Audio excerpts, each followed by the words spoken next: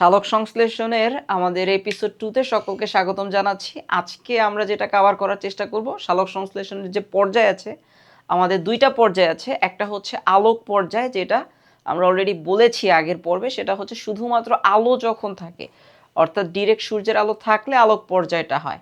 আর যখন সূর্যের আলো থাকে না এবং থাকে, দুই সময়ই, অর্থাৎ যেই পর্যায়টার জন্য সূর্যের আলোর প্রয়োজন নাই, সেটা এমন না যে রাতের বেলা হবে, সেটা হচ্ছে দিন রাত 24 ঘন্টাই হবে, সেটা হচ্ছে আলোক নিরপেক্ষ পর্যায়। সো আজকে আমরা হচ্ছে আলোক নির্ভর পর্যায়টা একটু বোঝার চেষ্টা করব। ওকে, তার আগে একটু বলে নিচ্ছি, এসএসসি পর্যায়ে আমাদের খুব বেশি ডিটেইলস আসলে আলোক নির্ভর পর্যায় সম্পর্কে বলা নেই, বেসিক কয়েকটা কথা বলা আছে। সো আমরা যেটা চেষ্টা করব, যেহেতু স্টুডেন্টরা এত কম পড়ে এই জায়গাটায় আলোক পর্যায়ে, এবং পরবর্তীতে ইন্টারমিডিয়েটে একটু লার্জ স্কেলে পড়তে হয় তাদেরকে। অনেকটা বিষয়টা এমন যে এসএসসি পর্যায়ে হচ্ছে আমাদের অনেকটা পন্ড বা পুকুরের মতো। তা আমরা কি কাজ করি, পুকুরে সাঁতার কাটা শিখছি মোটামুটিভাবে, এরপরে গ্র্যাজুয়ালি যদি আরও ভালো সাঁতারু হইতে চাই, আমাদের উচিত হচ্ছে আমরা নদীতে সাঁতার কাটবো, এবং তার পরবর্তীতে আমরা আসলে সমুদ্রে সাঁতার কাটতে যাব। কিন্তু আমাদের একটু ঝামেলা যেটা হয়েছে বইগুলাতে, যে এসএসসি পর্যায়টা অনেকটা হচ্ছে পুকুরে সাঁতার কাটার মতো। তো এই জায়গাটায় সাঁতার কেটে পরবর্তীতে ইন্টারমিডিয়েটের সিলেবাসটা কাইন্ড অফ তোমাকে সমুদ্রে সাঁতার কাটার মতো হয়ে গেছে। তো আসলে এই নদী মানে নদীটা স্কিপ করে, অর্থাৎ পুকুরে সাঁতার কেটে শেষ করে হঠাৎ করে যদি নদীতে ফালানো হয়, তাহলে সে আসলে হাবুডুবু খাবে, মারাও যাইতে পারে। তো যার কারণে আমরা হচ্ছে এসএসসি লেভেল থেকে একটু আপগ্রেড লেভেলে যে জিনিসগুলো আছে তার চেয়ে একটু আপগ্রেড পড়াশোনা করার চেষ্টা করব, অল্প একটু আপগ্রেড করব, যাতে ওই পুকুরের সাঁতারটাও হয়, একই সাথে যাতে আমাদের নদী সাঁতারটাও হয়, যাতে সমুদ্রে গেলে আমরা হাবুডুবু না খাই। তো আলোক পর্যায়ে কি হয়, আলোক পর্যায়ে মূল যে ঘটনা, আলোক পর্যায়ের মূল ঘটনা হচ্ছে এটিপি তৈরি করা। আলোক পর্যায়ের মূল কাহিনী হচ্ছে ATP plus N A D P H plus এই দুইটা তৈরি করা। এটা হচ্ছে আমাদের আলোক পর্যায়ের মূল উদ্দেশ্য। যেটা বললাম, আমরা গত ক্লাসে একটু বলেছি, আজকে একটু বলছি, সালোক সংশ্লেষণ প্রক্রিয়ার এইটা নিজেও একটা প্রক্রিয়া, এবং আমরা জানি যে বডিতে যখন কোনো কিছু হবে তার জন্য, সে কাজটা হওয়ার জন্য এটিপি প্রয়োজন, মানে টাকা পয়সা প্রয়োজন। যে কোনো একটা কাজ করার জন্য বডিতে টাকা পয়সা প্রয়োজন, এখন বায়োলজিক্যাল কারেন্সি হচ্ছে এটিপি প্রয়োজন। সালোক সংশ্লেষণ এই প্রক্রিয়ার উদ্দেশ্য হচ্ছে গ্লুকোজ তৈরি করা। গ্লুকোজ দিয়ে আমি পরবর্তীতে একটা গ্লুকোজ পোড়াবো, পোড়ানোর পরে আমার এটিপি তৈরি হবে। কিন্তু সালোক সংশ্লেষণ তো নিজেও একটা প্রক্রিয়া। তো এই যে নিজের প্রক্রিয়া, এই প্রক্রিয়াটা চলার জন্য আসলে এটিপি তাইলে লাগবে অবশ্যই। সো এটিপি গল্প, আমি যদি ছোট্ট করে একটু গল্পটা বলতে যাই, গল্পটা এমন যে আমি অফিসে চাকরি করতে যাই, চাকরি করার ফলে টাকা ইনকাম হয়। তো বিষয়টা কেমন হলো, বিষয়টা হচ্ছে যে এখন আমি যে অফিসে যাওয়ার জন্য আমার একটা ভাড়া প্রয়োজন। তো এই অফিসে যাওয়ার জন্য ভাড়া প্রয়োজন, যাওয়ার পরে আমাকে লাঞ্চ করতে হবে, তার জন্য টাকা প্রয়োজন, আমি চা খাবো, তার জন্য টাকা প্রয়োজন। তার মানে টাকা ইনকাম করতে গেলেও কিন্তু আমাদের টাকার প্রয়োজন আছে। সিমিলারলি আমাদের সালোক সংশ্লেষণ এইটার মূল উদ্দেশ্য হচ্ছে আমরা একটা সার্টেন টাইম পরে আমরা শ্বসনে ঢুকবো, সালোক সংশ্লেষণের পরে, এবং সেখানে আমরা এটিপি তৈরি করবো গ্লুকোজ থেকে। সালোক সংশ্লেষণের মূল কাজ হচ্ছে গ্লুকোজটা তৈরি করা, কিন্তু এই পুরো প্রসেসটা চলার জন্য আসলে এটিপি প্রয়োজন। কোশ্চেন হচ্ছে সেই এটিপি কোত্থেকে আসে, গাছের সেই এটিপিটা মূলত হচ্ছে গাছ নিজেই তৈরি করে। আমাদের যে দুইটা পর্যায়ে ভাগ করতেছি আমরা সালোক সংশ্লেষণটাকে, এর প্রথম যে পর্যায়ে আলোক পর্যায়ে, এটার মূল উদ্দেশ্যই হচ্ছে এটিপি তৈরি করা। একই সাথে এটিপি শুধুমাত্র আসলে বায়োলজিক্যাল কারেন্সি না, আমাদের বায়োলজিক্যাল কারেন্সির মধ্যে আমাদের ইয়েটাও আমাদের একটা বায়োলজিক্যাল কারেন্সি। আমাদের যেই কি বলে এনএডিপি এইচ প্লাস এইটাও আসলে একটা currency. So directly biological currency না, বাট এটাও একটা আমাদের বডির একটা বড় কারেন্সি। তো বিষয়টা হচ্ছে যে এই সালোক সংশ্লেষণটা আসলে কোথায় হয়। সালোক সংশ্লেষণের দুইটা যে পর্যায় আমরা অলরেডি বলে ফেলছি। ক্লোরোপ্লাস্টের মধ্যে হচ্ছে সালোক সংশ্লেষণ হয়। ক্লোরোপ্লাস্টটা দেখতে কেমন, ক্লোরোপ্লাস্টটা যদি আমরা খুব সহজে এভাবে আঁকতে চাই, ক্লোরোপ্লাস্ট, এখানে কিছু চাকতি বা প্লেটের মতো কিছু অংশ আছে, এরকম কিছু অংশ আছে। ওকে, তো এই অংশগুলোর মধ্যে এরকম কানেকশন আছে। ওকে, এই যে জিনিসগুলা চাকতির মতো যে জিনিসগুলা, এইটার নাম হচ্ছে আমাদের থাইলাকয়েড। পুরো জিনিসটার নাম হচ্ছে ক্লোরোপ্লাস্ট, আর চাকতির মতো যে জিনিসগুলো এটার নাম হচ্ছে থাইলাকয়েড। ওকে, থাইলাকয়েড কেন ইম্পর্টেন্ট? ওকে, যে কোনো একটা থাইলাকয়েডকে আমরা একটু জুম করতে চাই, জাস্ট একটা থাইলাকয়েডকে আমরা একটু জুম করতে চাই, জুম করে থাইলাকয়েডের ভিতরটা দেখতে চাই কেমন। ওকে, থাইলাকয়েডটা কেমন দেখতে, থাইলাকয়েডটা এমন একটা, এটাও একটা গোলাকৃতির জিনিস। সো এইরকম হচ্ছে একটা থাইলাকয়েড। ওকে, এই যে থাইলাকয়েডটা, এই থাইলাকয়েডের এইটা হচ্ছে ওর মেমব্রেন, থাইলাকয়েডের এইটা হচ্ছে মেমব্রেন, মেমব্রেন থাইলাকয়েডের। ওকে, থাইলাকয়েডের মেমব্রেন গেল। এই বাইরের যে পোর্শনটা ক্লোরোপ্লাস্টের, থাইলাকয়েডের মেমব্রেনের বাহিরের যে পোর্শনটা এটাকে বলে স্ট্রোমা। এই যে জায়গাটা এটাকে বলে স্ট্রোমা, স্ট্রোমা। তার মানে এই যে জিনিসটা, এটার বাহিরের যে জায়গাটা, বাহিরের জায়গাটাকে আমরা বলবো হচ্ছে স্ট্রোমা। ওকে, এখন আমাদের যে সালোক সংশ্লেষণের প্রথম পর্যায় আলোক পর্যায়টা হচ্ছে, আলোক পর্যায়টা এক্স্যাক্টলি কই হয়? আলোক পর্যায়টা মেমব্রেনে হয়। এটা মোস্ট ইম্পর্টেন্ট, এই দুইটা ইনফরমেশন খুব ভালো করে মনে রাখবো। আলোক পর্যায় কই হয়? থাইলাকয়েডের মেমব্রেনে। আর আলোক নিরপেক্ষ পর্যায়টা কই হয়? আলোক নিরপেক্ষ পর্যায় হয় স্ট্রোমাতে। সো এই দুইটা ইনফরমেশন আমি একটু লিখে দিচ্ছি যাতে তোমাদের খুব সহজে মনে থাকে। মেমব্রেনে কি হয়? থাইলাকয়েড মেমব্রেনে আলোক পর্যায় হয়। এইটা আমাদের পরীক্ষার জন্য খুব ইম্পর্টেন্ট একটা এমসিকিউ। আলোক পর্যায় হয় ওকে থাইলাকয়েড মেমব্রেনে। এবং স্ট্রোমাতে কি হয়? স্ট্রোমাতে হচ্ছে আলোক নিরপেক্ষ পর্যায় হয়।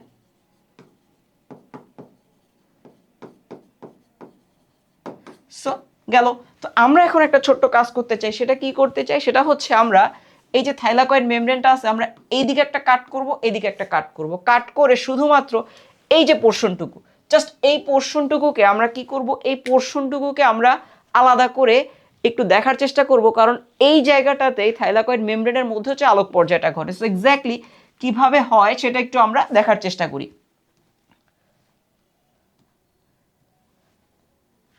তো থাইলাকয়েড মেমব্রেনটা আমরা ছোট্ট করে এভাবে একটু এঁকে ফেলি। এই হচ্ছে আমাদের যে কাটিং, কাট করার পর যে থাইলাকয়েড মেমব্রেনটা হলো সেটা এইরকম হলো থাইলাকয়েড মেমব্রেন। ওকে, সো এটাই হচ্ছে আমার থাইলাকয়েড মেমব্রেন। আমি যদি একটু লিখে ফেলি ছোট করে তোমাদের সুবিধার জন্য, এইটা হচ্ছে আমাদের থাইলাকয়েড মেমব্রেন।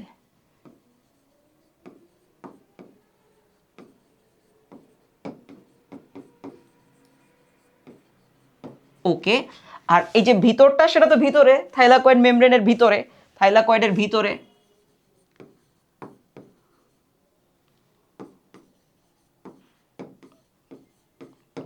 এবং আমাদের বাহিরের যে পোর্শন সেটাকে আমরা কি বলবো? এটা হচ্ছে আমাদের স্ট্রোমা। ওকে, স্ট্রোমা। এখন থাইলাকয়েড মেমব্রেনের মধ্যে এইখানে কিছু সিস্টেম আছে। এই সিস্টেমগুলো নিয়ে আমরা হচ্ছে ইন্টারমিডিয়েটে ডিটেলস পড়বো, এখন না। এখন জাস্ট আমাদের কিছু সিস্টেম আছে। এই সিস্টেমগুলোর কাজ কি? সিস্টেমগুলো অনেকটা এরকম দেখতে, এইরকম দেখতে, তারপরে এইরকম, এরকম কিছু সিস্টেম আছে। তো এই সিস্টেমগুলা, এটাকে ফোটো সিস্টেম বলে, পিএস আর ফোটো সিস্টেম 1 2 এরকম বিভিন্ন নাম আছে ফোটো সিস্টেম। আমি একটু ছোট্ট করে লিখে দেই তোমাদের জাস্ট মনে রাখার জন্য। এটা নাম হচ্ছে ফোটো সিস্টেম। ওকে, ফোটো সিস্টেমগুলোর পাশাপাশি, ফোটো সিস্টেমগুলোর পাশাপাশি এখানে কিছু কিছু এনজাইম এবং কিছু প্রোটিন আছে। মূলত এইরকম কিছু প্রোটিন পাশাপাশি অবস্থান করে, এরকম কিছু প্রোটিন পাশাপাশি অবস্থান করে।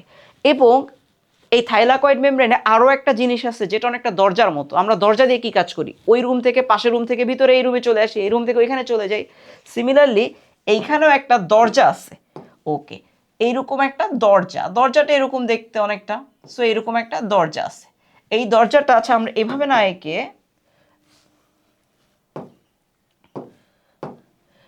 এই হচ্ছে দরজার স্ট্রাকচার, দরজার মতোই দিই আর কি। ওকে, এরকম কিছু দরজা আছে। ওকে, এই দরজাটা দিয়ে কি কাজ করে? কোনো একটা কিছু এটা দিয়ে বাহিরে, এটা দিয়ে বাহিরে চলে যাইতে পারে এবং আবার ভিতরে চলে আসতে পারে। এই যে জিনিসটা, যে দরজার মতো জিনিস, এটাকে বলা হয় হচ্ছে ট্রান্সপোর্ট প্রোটিন। এটা একটা প্রোটিন। ওকে, এই প্রোটিনটা কি কাজ করে? ট্রান্সপোর্টেশন বা যাতায়াতে হেল্প করে, যার জন্য এটার নাম হচ্ছে ট্রান্সপোর্ট প্রোটিন।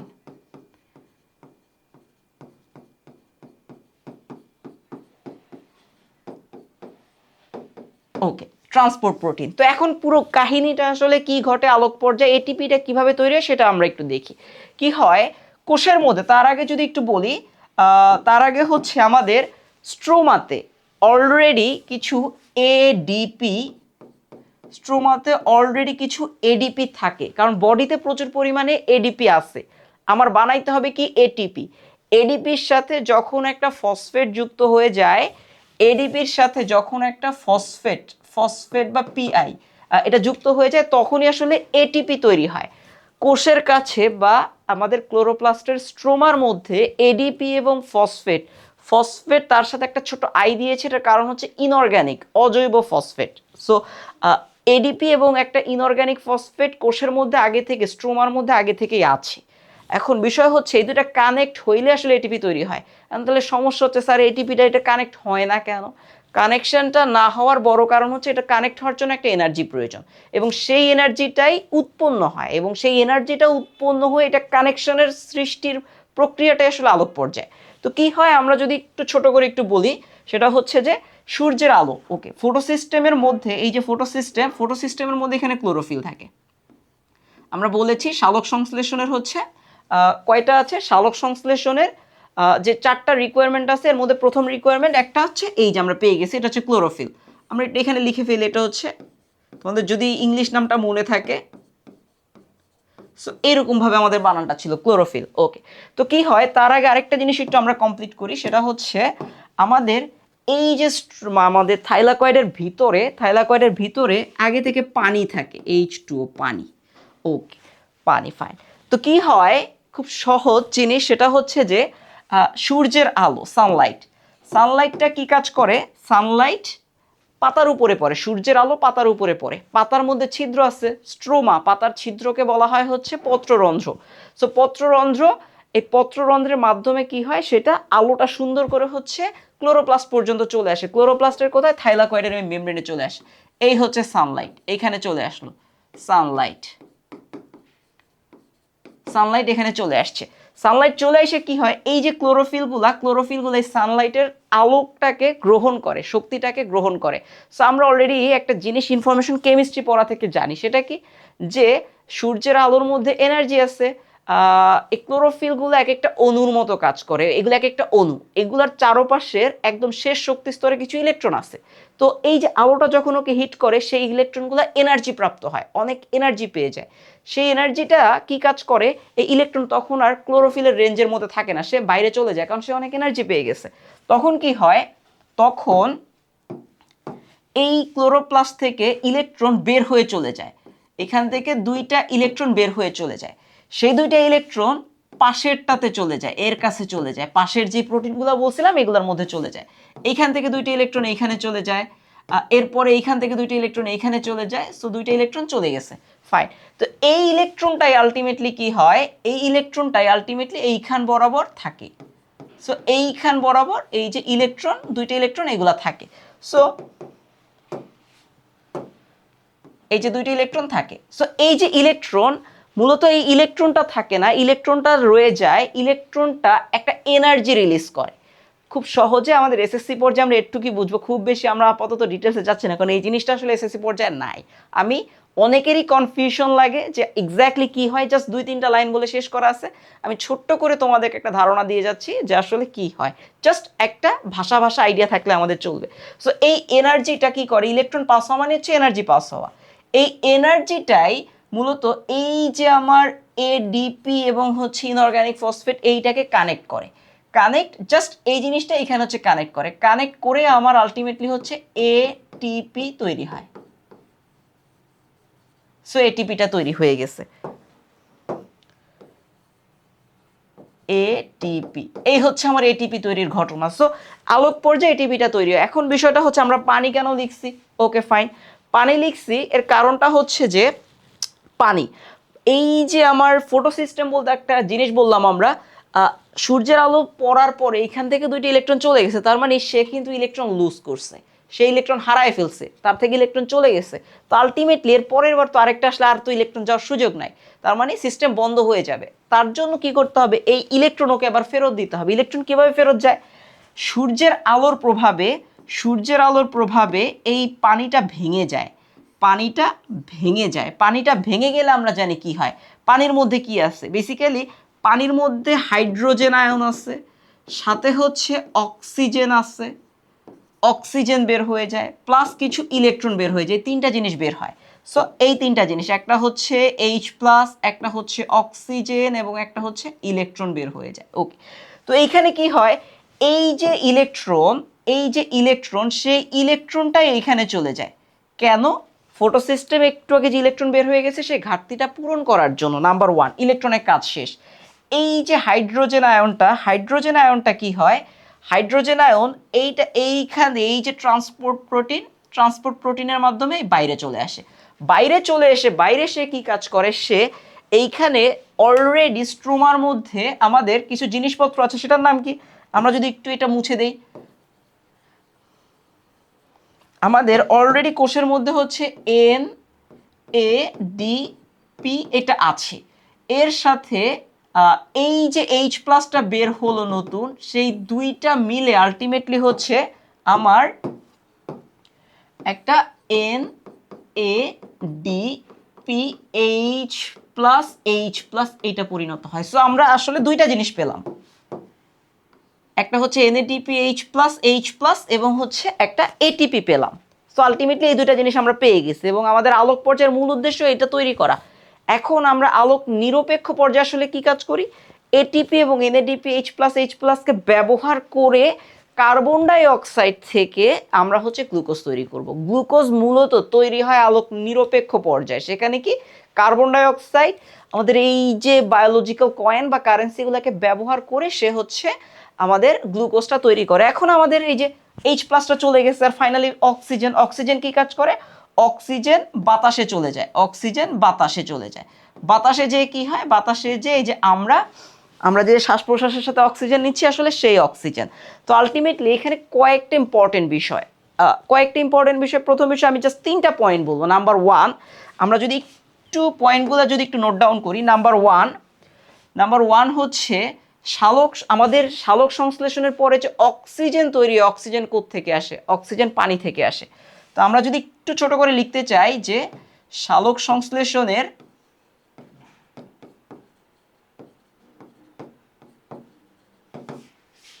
অক্সিজেন পানি থেকে আসে,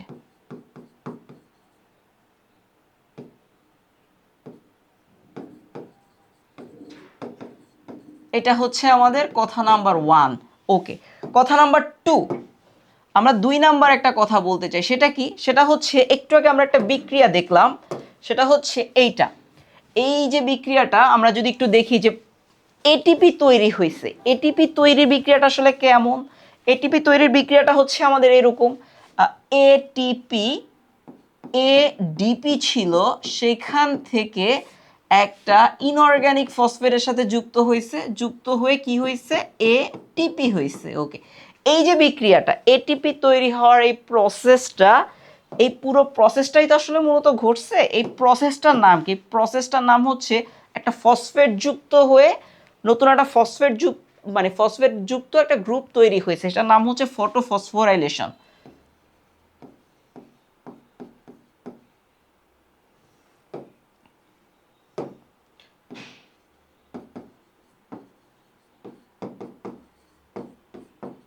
ফটোফসফোরাইলেশন, তার মানে আমাদের ফটোফসফোরাইলেশনের সংজ্ঞাটা যদি আমাকে কেউ দিতে বলে, ফটোফসফোরাইলেশন কি, ফটোফসফোরাইলেশন হচ্ছে, ফটো মানে কি আলো, আলোর উপস্থিতিতে একটা এডিপি থেকে একটা এডিপির সাথে একটা ইনঅর্গানিক ফসফেট যুক্ত হয়ে এটিপি তৈরির প্রক্রিয়াকে ফটোফসফোরাইলেশন বলে। এটা হচ্ছে বিষয়। এখন এটিপি তৈরিটা কোথায় হয়, এইটা থাইলাকয়েড মেমব্রেনে হয়। Okay fine.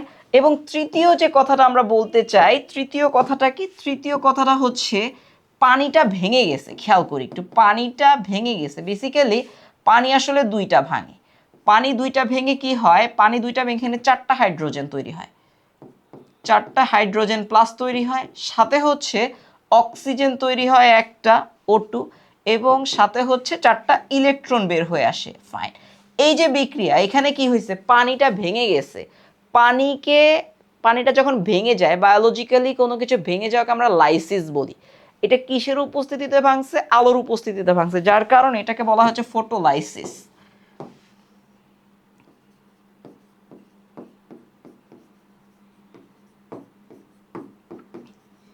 ফটোলাইসিস বা পানির বিভাজন। তো এই হচ্ছে মোটামুটি আমাদের যে টোটাল 3টা কথা সালোক সংশ্লেষণে। পানি, অক্সিজেন কোত্থেকে আসে? পানি থেকে আসে। নাম্বার 1 ফটোফসফোরাইলেশন কি? সেটা হচ্ছে আমাদের এডিপি, মানে সূর্যের আলোর উপস্থিতিতে এডিপি ইনঅর্গানিক ফসফেটের সাথে যুক্ত হয়ে যে প্রক্রিয়ায় এটিপি তৈরি করে তার নাম ফটোফসফোরাইলেশন। এবং ফাইনালি ফটোলাইসিস কি? ফটোলাইসিস হচ্ছে পানি, সূর্যের আলোর প্রভাবে পানি ভাঙা। কারণ প্রত্যেকটা কোশ্চেনের উত্তর আশা করি তোমরা দিতে পারবে, এগুলা থেকে যদি এমসিকিউ আসে খুব সুন্দর করে তোমরা দিতে পারবে। সো এই ছিল আমাদের মূলত আলোক নির্ভর পর্যায়, যে আলোর উপস্থিতিতে এটা হয়, আলো ছাড়া এই কাজ পুরোটা হবে না।